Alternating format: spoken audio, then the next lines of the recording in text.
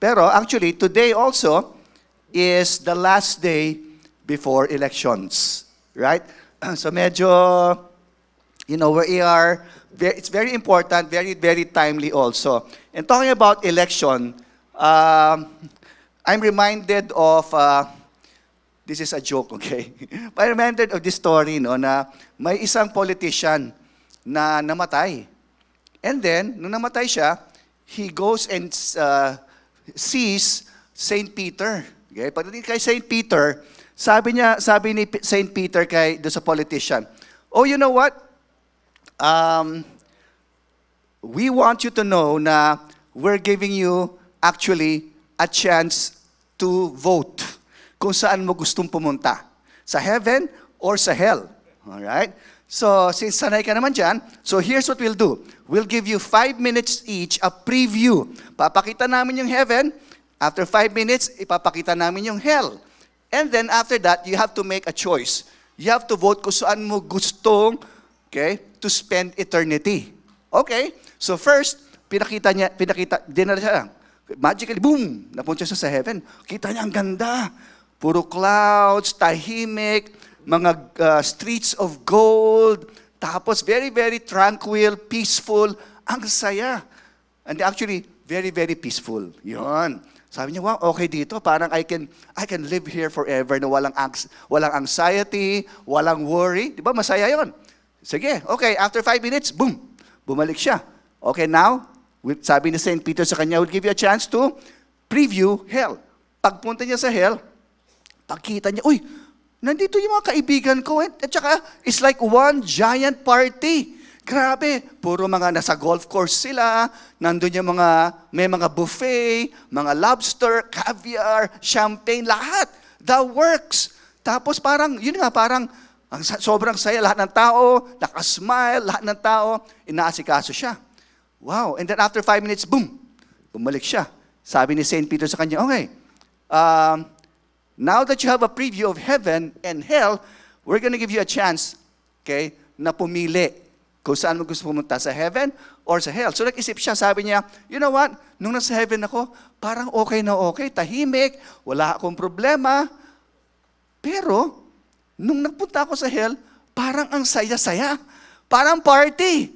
So I think I will decide to choose to spend my eternity in hell.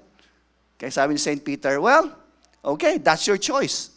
So dinala siya sa hell. Pagdating niya sa hell, nagulat siya sa nakita niya. Wala na yung mga kaibigan niya, nakita niya. They were all wailing, gnashing of teeth, puro desolate, desert. Tapos parang mga everlasting fire, lahat sila sumisigaw in pain. Tapos nakita niya yung isang kaibigan niya.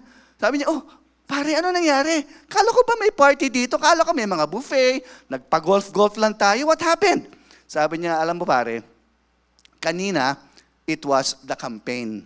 But now, you already voted. Okay? Now, I'm not making fun of any person, but you know what? Sometimes or many times, di ba? Pag kampanya kasi, parang, wow, he promises the sun, the moon, and the stars. Right? Pero pag naboto niya, yung sun naging sunflower biscuit. Yung moon naging moon cake, at yung stars naging star margarine. Kaano, di ba? But you know what? Sometimes people can get sometimes cynical about this. But you know what? May extremes kasi yan eh. When you talk about elections, spending a little para you can choose and vote wisely. Okay? Not just the trimmings ng mga kampanya. Kaya nga importante, tignan natin ang mas deeper. Kasi nga, noong hindi ko sabihin, okay? Nangampanya rin kami for a Christian, for a senatorial candidate. Pastor siya noong time na yon, a long time ago. Si Bishop Manny kasama, siya yung namin, no? Sa lahat kami, bago lang kami, fresh graduate. And all of us were excited kasi ito na yun. Pag naboto to, magbabago na lahat. Sometimes we can be in that extreme. Nakala natin, pag naboto tong tao na to, everything will change. Panalo na lahat. Magbabago na yung buong Pilipinas. Right? Or on the other side, yun nga, we can become so cynical because so many promises, and yet, parang pag naboto niya, ay ano nangyari? So, pag ganun, no? So, sometimes, hindi lang nag-a-apply yan for campaigns and elections. Sometimes we can be disillusioned because not only for failed campaign promises, but maybe even failed promises, failed covenant promises.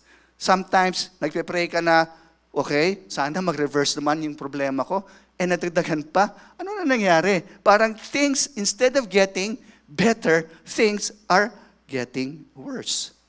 And some of you feel like, nawawala na ako ng pag-asa, parang paulit-ulit lang tong problema na to, palala pa ng lala. And you know what? There's a saying that goes, that no hope, no cope. Sometimes, mawawala na tayo ng will, even to go forward, when we lose hope. And pag nandun tayo, where do we anchor our hope then? Saan ba talaga yung anchor ng hope natin? Because we know, hindi natin pwedeng i-anchor sa isang tao. Kahit nakapo yan sa Malacanang, sa Senado, or sa Kongreso. Right? It doesn't matter. Ang pinaka-importante, ang hope natin is the one who is seated at the right hand of the throne of our Heavenly Father. Pag doon yung tiwala natin, then whatever happens, then we can have hope in this life and the life to come. And that's why itong series natin, Pag-asa, it's meant for us to stir up and to anchor our hope.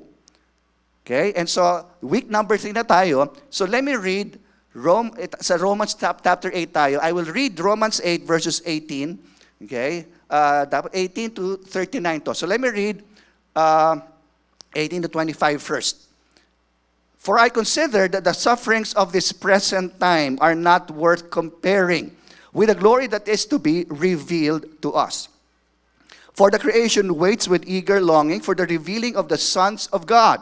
For the creation was subject to futility, not willingly, but because of him who subjected it, in hope that the creation itself will be set free from its bondage to corruption and obtain the freedom of the glory of the children of God. For we know that the whole creation has been groaning together in the pains of childbirth until now. And not only the creation, but we ourselves, who have the first fruits of the Spirit, groan inwardly as we wait eagerly for adoptions as sons, the redemption of our bodies, for in this hope we are saved. Now, hope that is seen is not hope. For who hopes for what he sees? But if we hope for what we do not see, we wait for it with patience. So let's bow for a word prayer. Lord, thank you for this afternoon.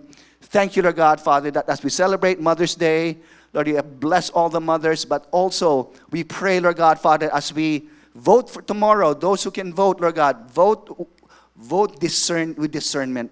And we pray that you would guide each and every one. And I pray also for the preaching of your word.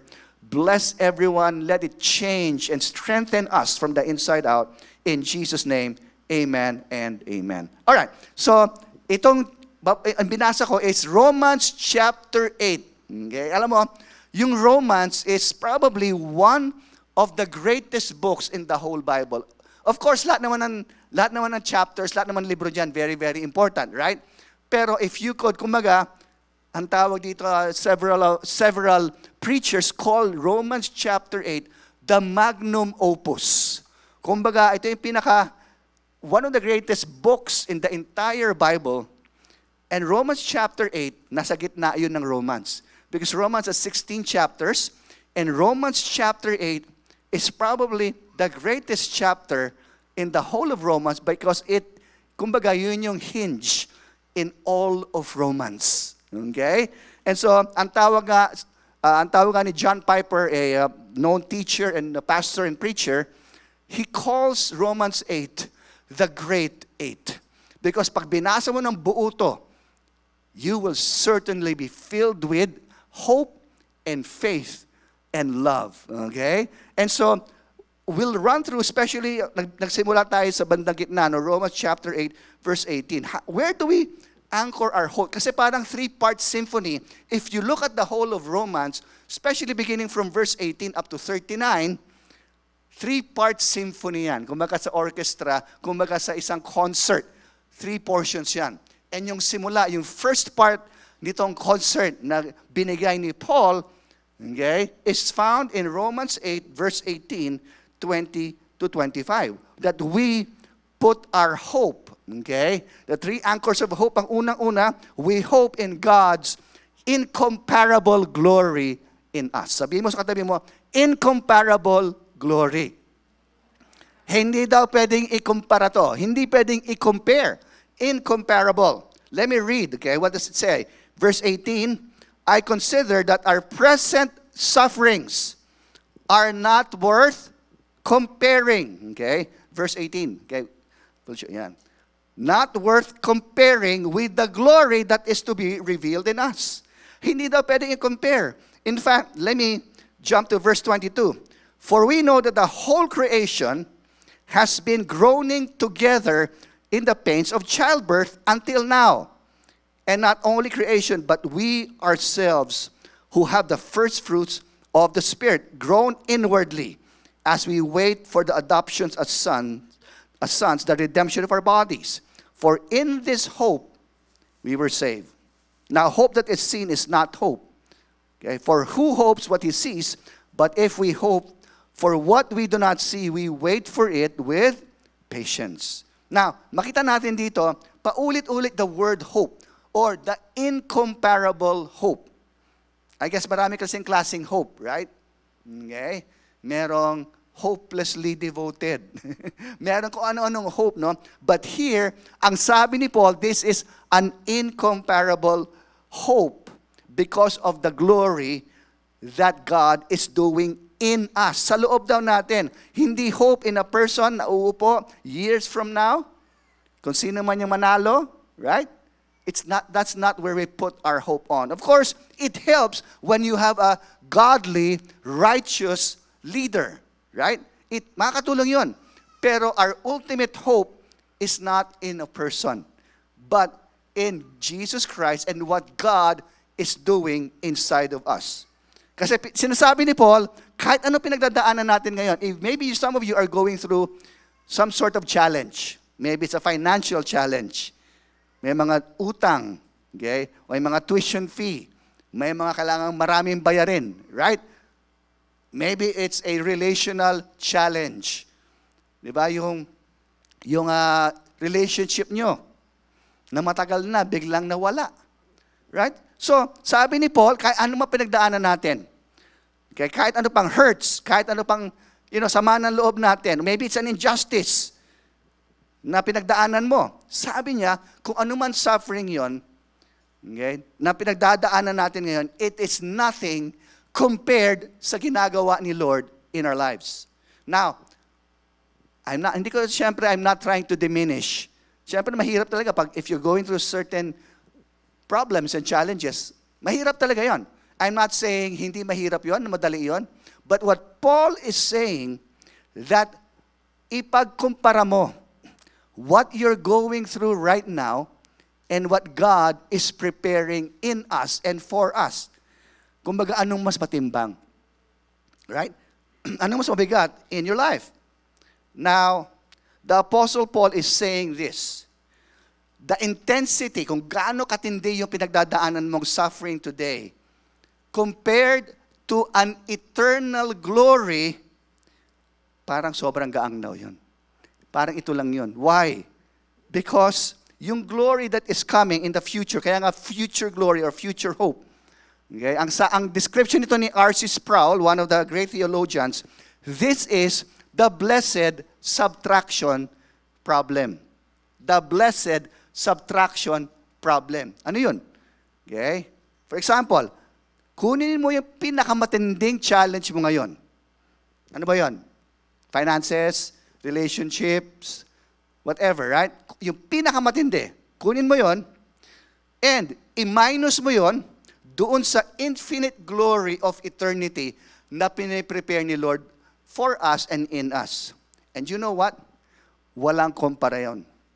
In fact, Paul expounds this in 2 Corinthians chapter 4, verse 16 to 17. Ano sabi niya dito? Okay? So, we do not lose heart. Sabihin mo sa katabi mo, do not lose heart. Though our outer self is wasting away, our inner self is what? Being renewed day by day. For this light and momentary affliction is preparing for us an eternal weight of glory beyond all comparison. Naisip mo na ba yung mga problema mo na ganon? Ay, magaang lang pala yun. Yung mga problema, magiging magaang yun. Pag alam natin that even the problems na hirap tayo ngayon, gagamitin ni Lord yon to create an eternal weight of glory. Gagamitin ni Lord yon. So don't waste your trials and your challenges. Lahat yon. Hindi ko sinasabing mabuti yon, but God can use all of that. Sobrang gaan yun. Isipin mo na lang ganito. Let's say, pinakamabigat na challenge mo, may utang ka ng $100 million. Okay, mabigat yun, di ba? Bigat nun. But compare it for all eternity. For all eternity, gaano katagal lang yun? Maybe 80 years, right? Compared to eternity, gaano kalaki yung 80 years of your life? 90 years, 100 years, let's say. Para may 100,000 ka, di ba? 100 years. Compared to eternity, gaano kalaki yun? Isang dot na lang, right? Yung bigat mo ngayon, compared to eternity, the eternal glory, parang tuldok na lang. Right? Kaya nga sabi ni Paul, yung pinagdadaanan natin ngayon, ma-overcome natin. We can persevere and we do not have to lose hope because of that. For ang description of Paul, these are light and momentary. Isipin mo, si Paul ang dami pinagdaanan, di ba? He was stoned to death, he was flogged, beaten, lahat nangyayari na shipwreck. Dinidescribe niya pinagdaanan niya. And yet, sabi niya, magaang lang yan. Lahat na yon. Walang problema yung mga persecution. Kala natin yung mga problema natin ngayon. Ang bigat na, no? Pero pag tingnan mo yung buhay ni Paul, yung pinagdaanan niya, sobrang tindi. And yet, sabi niya, ay, wala lang yan. Now, again, syempre, I want to be sensitive sa pinagdadaanan niyo. Pero, because Paul had a different perspective. Iba yung perspective niya about sufferings that we go through here. We can face whatever pressures every day because iba yung perspective natin. Right? Ang perspective daw natin is that of eternity. Compared to eternity, kahit gaano kabigat yun, it is like nothing. Now, in other words, how do we apply this para sa atin? Mas practical. Okay? The application is this. Let hope reframe your pain. Let hope reframe your pain. Yung hope na ginagawa natin sa atin ni Lord for all eternity, mari-reframe daw natin. So I want you to do something. Okay? Ito ang gagawin natin. I'll do something kakaiba. I want you to cover yung both eyes, yung dalawang mata nyo with your hands. Both hands. Cover your eyes with two hands. Pakitikip lang. Cover it. Okay lang? Para wala kayong makita. Okay, cover it muna. Ayan. So, let's say, ganito na lang, no? Kasi nakatakip yung mata nyo ng kamay nyo, di ba? Let's say yung problema nyo. Ano yung problema nyo? Pinakamatinding problema, in-name mo yun. Sabihin mo. 1, 2, 3. Sabihin mo ano yung problema na yun. 1, 2, 3. Pinakamabigat. Go. Okay? Sabihin mo kung ano yun. Nasabi nyo na, right? Ang bigat, di ba? Now, compare it for all eternity. Can you show the next slide? Ayan. Okay, one more. Okay, sige. Open your eyes. Tanggalin mo yung... Ang problema, Yung problema, kanyari, ano dito, no? Ang nakakita lang natin, yung problema natin. In light of all eternity, ito pala yung gustong gawin ni Lord. Namimiss natin kasi nakatakip yung mata natin, yung perspective natin, very, very narrow. Short-sighted, right? Actually, this is, if you don't know, Mariata na, ano, sa Sedona, nagpunta kami sa Sedona. Kung alam niyo yung Grand Canyon, di ba? Yung Grand Canyon, ganda, di ba? Pero yung Sedona, an hour after Grand Canyon, pwede kang tumira doon. May city doon, may town doon, sobrang ganda. Everything is parang ganyan, no? Nakatira ka sa ganyan. And so sometimes, in light of all eternity, hindi natin makita yung ginagawa ni Lord kasi nakatakip yung kamay natin sa mata natin. But that's why Paul is saying, all of these things na pinagdadaanan natin, walang kumpara yan. It does not compare to what God, the glory God is preparing for us. Amen? So, second anchor, let's hope in God's providential purpose for us. Sabihin mo sa katabi mo, providential purpose. Okay? Wow. This is probably one of your favorite verses in the Bible. Romans 8:28 to 29. And we know that for those who love God, all things work together for good. For those who are called according to His purpose. For those whom He foreknew, He also predestined to be conformed to the image of His Son, in order that He might be the firstborn among many brothers. Now, some of you, favorite verse nyo to, no? Pero, this is a conditional verse. This is not for everyone. This is for who? For those who love God. How many of you love God? Okay, that's for you. Okay, pag hindi nyo ma-raise yung hand, i-raise nyo by faith, right? For those who love God, and what else?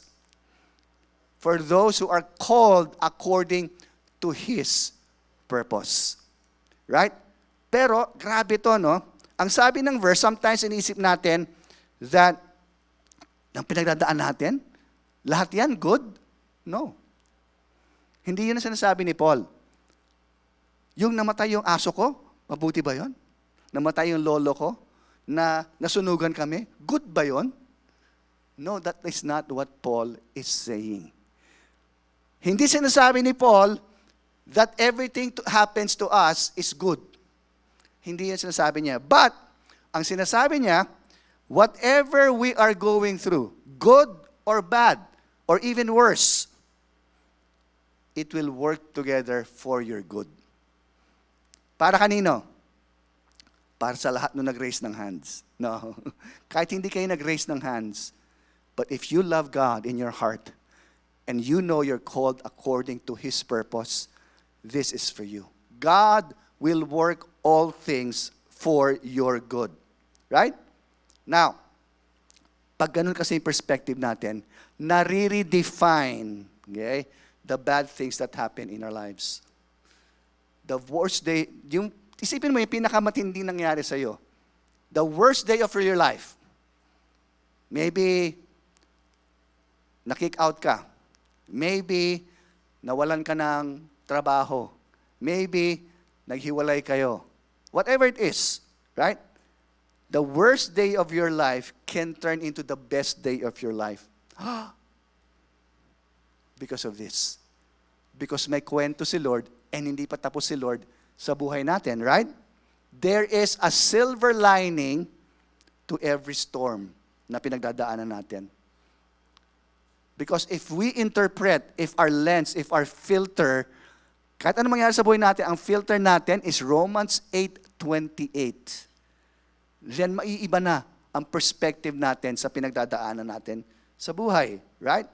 It reassures you that the best is yet to come. Maybe the best here, or maybe the best the next life, right? But it's assured, the best is yet to come. Your best days are ahead of you. Sabihin mo sa katabi mo, your best days is ahead of you. Hindi pa tapos ang laban. Hindi pa tapos ang gera. Even if you feel like nag-surrender ka na, kay Lord, hindi pa. Right? Now, sometimes, ito kasi yung problema, sometimes, God delivers us from the storms. We want that, right? Lord, i-deliver mo. Ang tindi na pinagdaanan ko, tanggalin mo yung storm. And sometimes, God answers those. Mawawala yung storm. May break. Uy, wow, grabe. Yung cancer gumaling, right? Wow. But sometimes, God delivers us through the storms. Okay? Yung storms, minsan tinatanggal ni Lord. Pero yung ibang storms, hindi tinatanggal ni Lord. Pero He gives you the faith. He gives you the hope. And He gives you the strength to go through the storms. Right? Na pwede natin daanan yun. Importante yung storms are not permanent in our lives. We are meant, okay? Kung may storm man, either tanggalin ni Lord or for us to go through. Hindi tayo dinesign ni Lord na maiwan sa storm. One day, that storm that you are facing today, lilipas din yun. Right? Tatanda at lilipas din ang storm na yon. Sorry, marami kasi namatay na OPM na orig, no? But sometimes God delivers us from the storm, sometimes God delivers us through the storms, but sometimes, listen, God delivers us by the storms. Huh? Yung storm, sometimes God designed it for us to change. Kaya sometimes, Lord, tanggalin mo yung storm. Tanggalin mo yung trial na challenge. Not realizing the very challenges na pinagpipray natin tanggalin ni Lord is the very challenges that God will use to transform us to be the person that God designed us to be according to His purpose, not ours. Ang purpose natin, Lord, we want to live a very comfortable life. Listen, God does not, okay, I like that. Saan na ba yung quote na yan? God's good purpose is not always for our comfort, but for our conformity to Christ. Let me repeat that. Yung purpose ni Lord para sa atin is not for our comfort, but for our conformity to Christ. Why? Yeah, because ano ba yung purpose ni God? You know, purpose is very important. If you're living here on earth and you don't have a purpose, parang you're wasting your life. Right? We're wasting our life. Pag wala tayong purpose. There's a lot of preaching out there, but importante. And actually, that's one of the messages that brought me to victory. Drew me to victory because there's a purpose in life. Right? To honor God, to make disciples, to bring glory to Him. Lahat, right? There's a purpose sa atin. Kahit feeling mo, kasi nung hindi pa ako Christian, wala lang, happy-go-lucky, bahala na. Right? But when I listened and heard that message, may purpose pala ako. And purpose is so important. If you find your purpose in life, okay, then you can make a tremendous impact. Now, people find that, pero iba yung dinidescribe ni Paul. Meron tayong purpose sa buhay, pero meron ring purpose si Lord para sa atin. God's purpose for us. And I hope lahat kayo makita nyo yung purpose nyo in life. But God has His ultimate purpose. Ano yung ultimate purpose niya? Ang ultimate purpose niya is found in verse 29. For those He foreknew, He also predestined to be conformed to the likeness of His Son, that He might be the firstborn among many brothers. Think about it. Ang purpose ni Lord, kaya may mga storms, sometimes God delivers us from the storms. Ano pa yan? Sometimes God delivers us through the storms, and sometimes God delivers us by the storms. Doon tayo nagbabago. Doon tinatanggal ni Lord ang kailangan tanggalin. Right? And sometimes God injects faith and things inside of us through the storms. Now, How do we apply it? How do you apply this part? Okay? We apply this by letting hope reinterpret your trials. Yung pinagdadaanan mo, if you have hope in Christ, pag alam mo yung purpose ni Lord, tsaka alam mo na He will turn all things for your good. For our good. Mari-reinterpret. May iba na, yung trial na to, hindi pala to for me to fail, for me to be condemned, for me na mawalan pag-asa. No. Because God, His ultimate purpose is changing us to be more like Jesus, right? To be more like Jesus Christ. Yeah, kaya nga pag may setback ka, declare, this may hurt now, today, masakit to ngayon, but it is shaping something glorious that will echo through eternity. Right? I'll tell you a story. Meron kaming, we had a dear friend, very active sa church, years ago, very active siya, prayer warrior, yung mag-asawa na to, yung husband niya is actually, attends church, attends small groups, pero hindi talaga really committed, no? Parang attendee lang. So, yung wife, ang prayer request niya, she was telling us this. Alam mo, pag January, may prayer and fasting, di ba? Ang prayer request niya, 3 things lang. Number 1, that she would go deeper in God. She would know God in a deeper way. Number 2, that yung husband niya will grow in faith, will be a man of faith, talagang, and number 3, meron siyang 2 kapatid na matagal na niyang nire-reach out, na top surgeons in the U.S. Doctors in the U.S., top surgeons, very, very, bright, pero they're both atheists, okay? And part of the rainbow community. So every time she would share the gospel, parang sinasabi niya, anong klaseng Christian? Gina-judge mo kami, ganon. So it will end up in a fight. So yun yung 3 prayer request niya. And you know what happened? I think in the middle of the year, or parang second quarter of the year, nagkaroon siya ng thyroid storm. Anong thyroid storm? Because of the thyroid, yung hormone siya got out of whack, parang nagkaroon siya ng temporary blindness, and then parang nahimatay or na-unconscious siya, dinala sa hospital.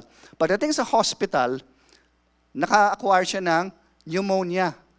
Kasi mababada yung niya. So sa pneumonia niya, na-fill yung lungs niya bigla with water.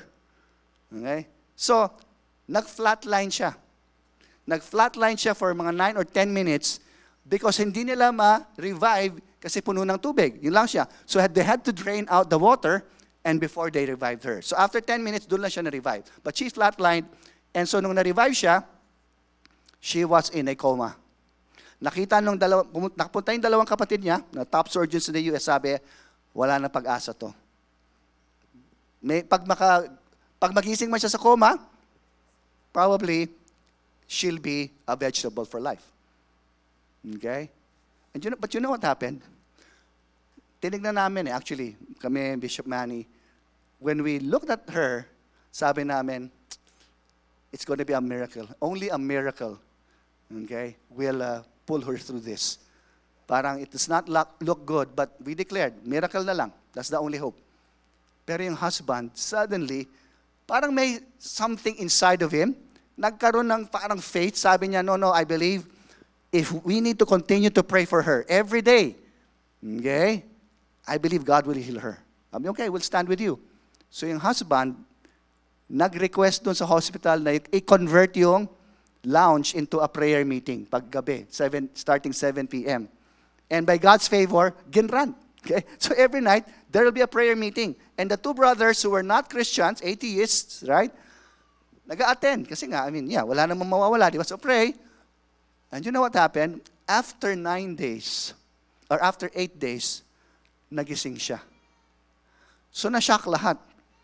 Pero sabi rin ng brother, pag nagising yan, she'll probably be paralyzed for life, or alam nila na sa hospital na yan forever.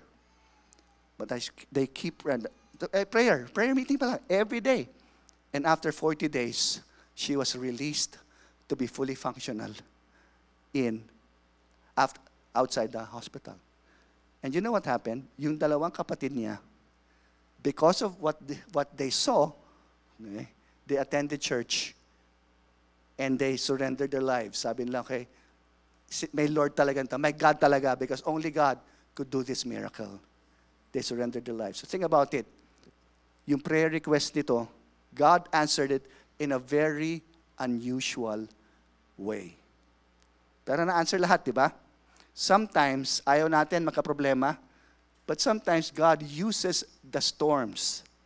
God uses the storms to change us. Right? Ano sabi ko kanina? God delivers us by the storm sometimes. Okay? So, we can anchor our hope with that. Now, third anchor for us is we have to put our hope in God's unbreakable love. God's unbreakable love for you and me. Sabi mo katabi mo, God's love is unbreakable. What do I mean by that? Okay, so tingnan natin. Verse 31 to 32 and then 35, 37, 39. Paul says, if God is for us, who can be against us? For he who did not spare his own son but gave him up for all of us, how will he not also, along with him, graciously give us all things? Let me jump to verse 35. Who shall separate us from the love of Christ? Shall tribulation, distress, persecution, famine, nakedness, or danger, or sword?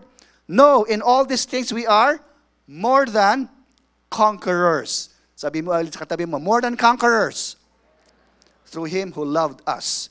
For I am sure that neither death, life, angels, rulers, things present, things to come, nor powers, height, depth, or anything else in all creation will be able to separate us from the love of God in Christ Jesus our Lord.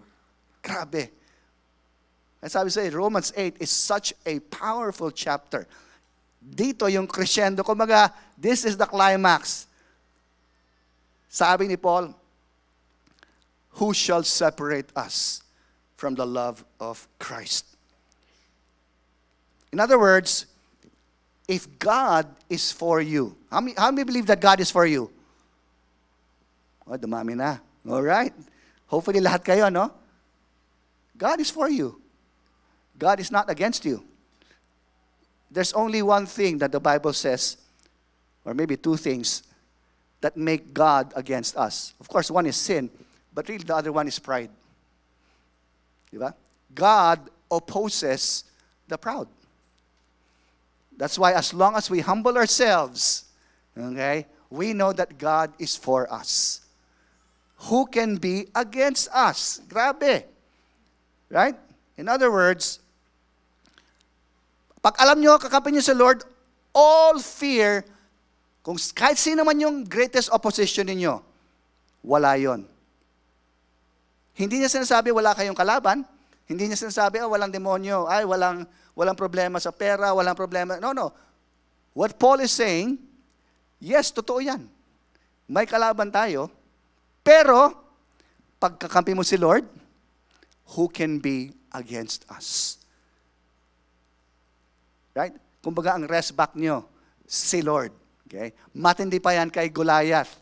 Matindi pa yan. Kahit sino ba yan? Mas matindi pag si Lord ang kakampi ninyo. If God is for you, what difference does it make kung sinong kalaban nyo? Right? Kung yung rest back nyo, pinakamalaki, pinaka-powerful, for example, person in the whole world. And so actually, dinescribe pa ni Paul yung mga kalaban. Okay? Inaisa-isa niya lahat ng pwede natin makalaban here on earth. Or maybe even in the future. Sabi niya, ito yung mga kalaban daw. It's everything, everywhere that life can throw at you. Okay? Maybe it's an existential opposition. Sabi niya, death nor life. Celestial, angels nor rulers. Temporal, present or future. Supernatural, mga powers. Dimensional, height nor depth. Universal, lahat pa na hindi niya nalista. Sabi niya, universal, lahat. In other words, wala pwedeng kumontra sa iyo because God is for you. How many again are convinced that God is for you? Praise God. R.C. Sproul called this the divine logic of hope. If God did not spare His own Son, why would He abandon you? Kung si Jesus niya, binigay niya para sa atin. Right? Hindi niya in-spare si Jesus para sa atin. Why would He abandon you now? Right? Because that's how much God loves you. Ganun katindi yung conviction ni Paul. That's why, listen. God doesn't just love you. His love is deeper than the deepest seas, purer than the purest gold. His love is larger than the largest galaxy out there, more powerful than any demonic stronghold. And you know what? God's love has only begun. Because God's love is present and always accounted for. His love goes beyond the borders of space and time, right? It cannot be measured or manipulated. But most importantly, God's love never fails. Lahat man mag-fail. Okay? Kahit yung pinakamatinding iboboto natin, may mga failure yan. Kami mga pastor, may failure. Lahat tayo may failures, right? But God's love never fails. Hindi yun mag-fail sa buhay ninyo. And that's why, how do we apply this? Application, let hope reassure you through God's love. Listen, pag meron kayong problema, pero may worry, anxiety, fear, naku, paano pag nangyari to? Or pag hindi nangyari to, di ba ganun sometimes yung worry natin? What? You declare boldly, if God is for me, nothing will separate me from His love. Right? I-declare mo yan. Pinakamatinding problema mo, naku, wala pang answer, wala pang breakthrough, wala pang reversal. I-declare mo lang, if God is for me, who can be against me? And nothing will separate me from His love. So one last story. Okay lang ba? Before we close. Maybe I can call the music group. This is si Yen Pham, a Vietnamese. Interpreter siya during the Vietnam War. So during that time, along with the soldiers, nag-interpret siya. He's a Christian during that time.